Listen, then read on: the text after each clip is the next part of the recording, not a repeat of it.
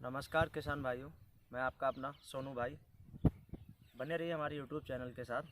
और बेसिकली इस चैनल पे हम कृषि के बारे में बात करेंगे, किसानों की उनकी फसल के बारे में बात करेंगे। ज़्यादा समय ना लेते हुए कुछ महत्वपूर्ण जानकारी हम डिस्कस करने वाले हैं। बेसिकली अभी हम गेहूं के खेत में खड़े हुए हैं और ये गेहूं तकरीबन 30 दिन का हो चुका है, 30 दिन से ऊपर हो चुका है। और बात अभी हम करने वाले हैं गेहूं में खरपतवार। कई तरह के खरपतवार होते हैं, चौड़ी पत्ती के, बथुआ हुआ, सरसों हुआ, पलाका हुआ। सकरी पत्ती की अगर बात करें तो जई हुआ, ढपूसा हुआ। कई तरीके के खरपतवार गेहूं में उगाते हैं और जिनके लेकर हमारे किसान भाइयों को बहुत समस्या आती है। कई दवाएं प्रयोग करने के बाद वो खरपतवार पूरी तरह से हमारे खेत में नष्ट नहीं होते हैं और जिसका बहुत बड़ा प्रभाव हमारी गेहूं की फसल पर पड़ता है और जो कि हमारी गेहूं की पैदावार कम हो जाती है। बेसिकली हम जिस खेत में खड़े हैं उस खेत को सबसे पहले हम बात करेंगे पास में कि अभी इसमें कौन सा खरपतवार है। तो हम ये खरपतवार दिखाएंगे। अभी इसमें अगर मैं बात करूं तो चौड़ी पत्ती का ये खरपतवार है जो कि मेरे हाथ में है बथुआ। मैं आपको दिखाता हूँ, बथुआ है, इसमें थोड़ा बहुत ढपूसा भी है। और बात करें तो इसमें अभी जई के भी पौधे हैं कुछ। तो अगर बात करें तो यहाँ पे चौड़ी पत्ती के लिए काफ़ी बथुआ यहाँ पे बहुत ज़्यादा मात्रा में है खेत में। बेसिकली मैं इधर आपको दिखाना चाहता हूँ, आप पास से देख सकते हैं। बथुआ की मात्रा बहुत ज़्यादा है, हल्का फुल्का ढपूसा है, जई है। तो बात करने वाले हैं कि ये खरपतवार, ये जो चौड़ी पत्ती का खरपतवार है और किस समय पे हमें कितनी दवा डालनी है जो कि हमारी गेहूं की फसल पे भी कोई दुष्प्रभाव ना पड़े। कई बार किसान भाई दवाइयों का प्रयोग करते हैं खरपतवार नाशक का और जिसका बहुत बड़ा दुष्प्रभाव हमारी गेहूं की फसल पे पड़ता है। तो हमें ये भी पता होना चाहिए कि गेहूं की अवधि कितने दिन की हो जानी चाहिए तब हम दवा प्रयोग करें।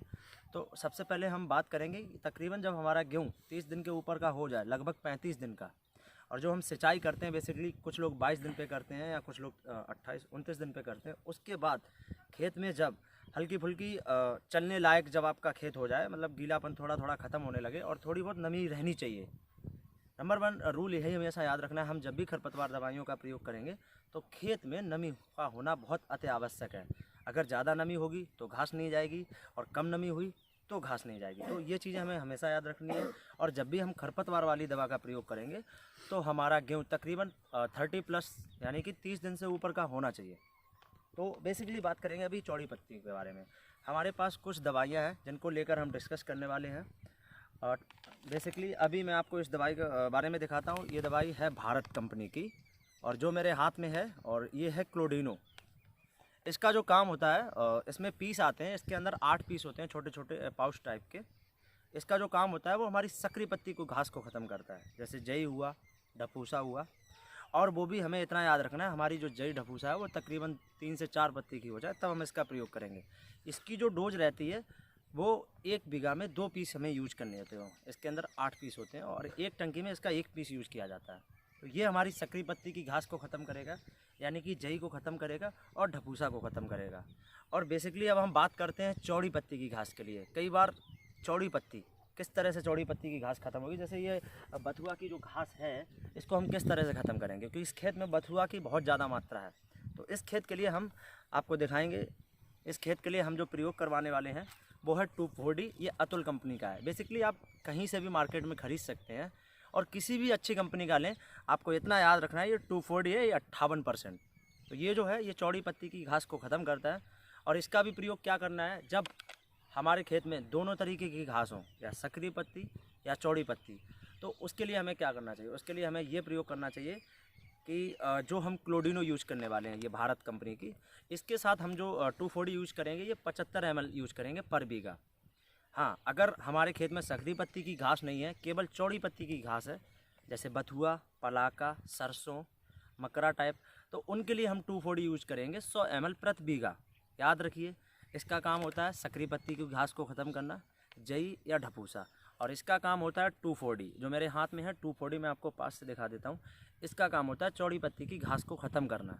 तो आप मार्केट में इजीली कहीं से भी खरीद सकते हैं। 2,4-D किसी भी अच्छी कंपनी का ले सकते हैं। मैं यहाँ किसी कंपनी को प्रमोट नहीं कर रहा हूँ, आप किसी भी अच्छी कंपनी का परचेज़ करिए। दवाइयाँ सब अच्छी होती हैं, बेसिकली हम लोग सही तरीके पे और सही चीज़ें नहीं पता होती हैं हमें कब प्रयोग करनी है। आप जब भी दवाई का प्रयोग करें तो इतना याद रखना है कि अभी कोहरा बहुत ज़्यादा हो रहा है, तो हमें कोहरे में खरपतवार वाली दवा का प्रयोग नहीं करना चाहिए। धूप होना बहुत आवश्यक है। थोड़ा सा धूप लग जाने दीजिए खेत को, तब आप दवा का स्प्रे करिए। और स्प्रे करते भी समय हमें ये याद रखना है कि किस तरह से स्प्रे करना है और हमारा फसल का भी नुकसान नहीं होना चाहिए। तो ये एक बहुत बड़ी समस्या है, गेहूं में गिल्ली डंडा इस तरह के खरपतवार नाशक हो जाते हैं और हमारे पास इनका कोई समाधान ही नहीं होता। समाधान होता है पर बेसिकली हमारे किसान भाइयों को ये पता नहीं होता कि किस तरह से हमें कौन सी दवा कहाँ पे यूज़ करना है। तो इसकी डोज आपको मैं फिर से रिपीट कर देता हूँ। आपको 1 बीघा में इसके 2 पीस यूज करने हैं। ये जई ढपूसे को ख़त्म करेगा।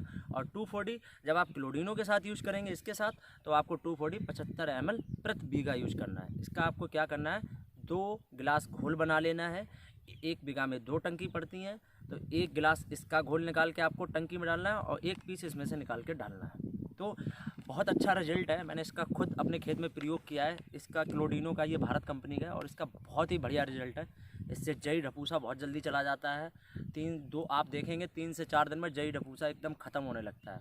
तो हमें हमेशा याद रखना है कि खेत में नमी का होना बहुत अति आवश्यक है। कई बार हम दवा स्प्रे कराते हैं और बारिश हो जाती है तो हमारा खरपतवार नहीं जाता है, मौसम बहुत ज़्यादा ख़राब हो जाता है। तो बेसिकली हमें 2 चीज़ें हमें याद रखनी है, बहुत ज़्यादा नमी भी नहीं होनी चाहिए और बहुत कम नमी भी नहीं होनी चाहिए। और बस आशा करता हूँ आप लोग हमारे चैनल को सब्सक्राइब करिए। आगे भी आपको बहुत अच्छी तरीके से मैं आपको फसलों के बारे में आपको बताता रहूँगा कि कौन सा प्रोडक्ट और किस समय पे कैसे यूज़ करना है। प्रोडक्ट तो आपको मार्केट में कहीं भी मिल जाएगा, पर उसका सही प्रयोग कैसे करना है ये आपको मैं बताऊँगा। कैसे प्रयोग करना है, किस तरीके से करना है, जिससे आपकी फसल की पैदावार भी बढ़े। तब तक के लिए नमस्कार किसान भाइयों, धन्यवाद।